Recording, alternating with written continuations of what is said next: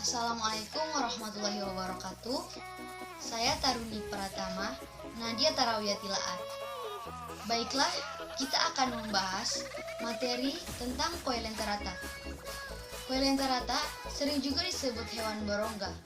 Istilah Coelenterata diambil dari bahasa Yunani, yaitu koilos yang artinya rongga dan enteron yang artinya usus.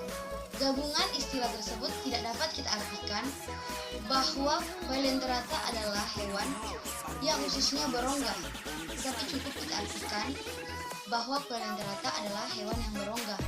Walaupun hewan ini tidak memiliki rongga yang sebenarnya, namun ia memiliki rongga sentral atau yang juga disebut coelenteron.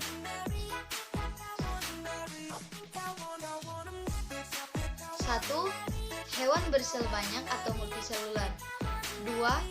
Tubuh radial simetris, yaitu terdiri atas dua lapis sel, yakni lapisan luar atau yang disebut lapisan ektoderm atau epidermis, dan lapisan dalam yang disebut lapisan endoderm atau gastrosdermis. Di antara kedua lapisan tersebut terdapat lapisan mesoglea. 3. Predasius atau pemangsa.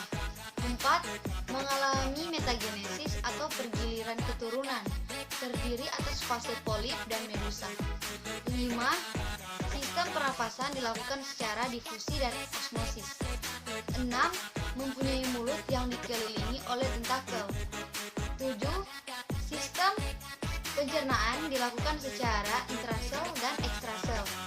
8.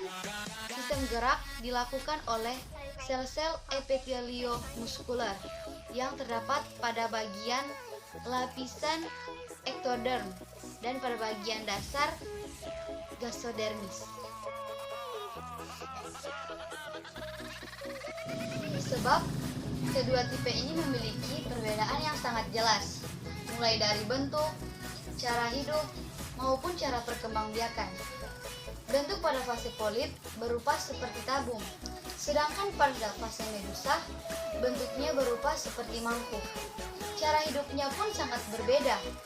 Pada fase polip, ia lebih cenderung hidup secara soliter atau sendiri, dan sebagian juga hidup secara berkoloni. Sedangkan pada fase medusa, ia lebih cenderung hidup secara bebas di perairan. Dilihat juga dari cara perkembangbiakannya, terlihat perbedaan yang sangat jelas.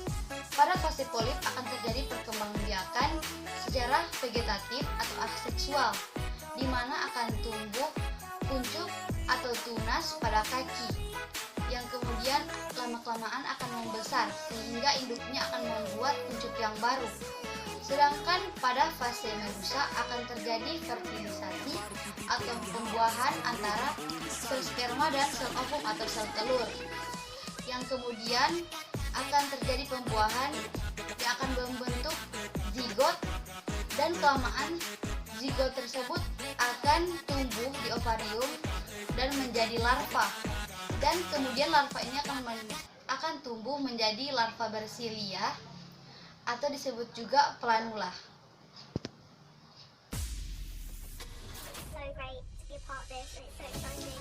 Tipe perkembangbiakan yang lebih dominan terjadi pada siklus hidup Coelenterata ialah perkembangbiakan secara aseksual atau vegetatif. Karena dapat kita lihat dari pembagian kelas Coelenterata yang terdiri atas kelas Hydrozoa, kelas Kyphozoa, maupun kelas Anthozoa. Pada kelas Hydrozoa dapat kita lihat fase polip, fase medusa ataupun keduanya. Maka dari itu dapat kita ketahui bahwa perkembangbiakan yang lebih dominan adalah pada fase polip, yang terjadi adalah perkembangbiakan secara aseksual atau vegetatif. Sedangkan pada kelas Kyphozoa, fase yang terjadi adalah fase medusa, yang lebih cenderung adalah fase medusa daripada fase polip. Maka dari itu, pada fase ini perkembangbiakan yang lebih sering terjadi adalah fase seksual atau generatif. Kemudian pada kelas Anthozoa atau fase polip, tidak ada fase medusa pada kelas ini. Maka dari itu dapat kita ketahui pada fase ini yang terjadi adalah perkembangbiakan secara aseksual atau vegetatif. Maka dapat kita bandingkan dari ketiga kelas ini bahwa perkembangbiakan yang lebih dominan pada siklus kolen terakhir adalah perkembangbiakan secara aseksual atau vegetatif.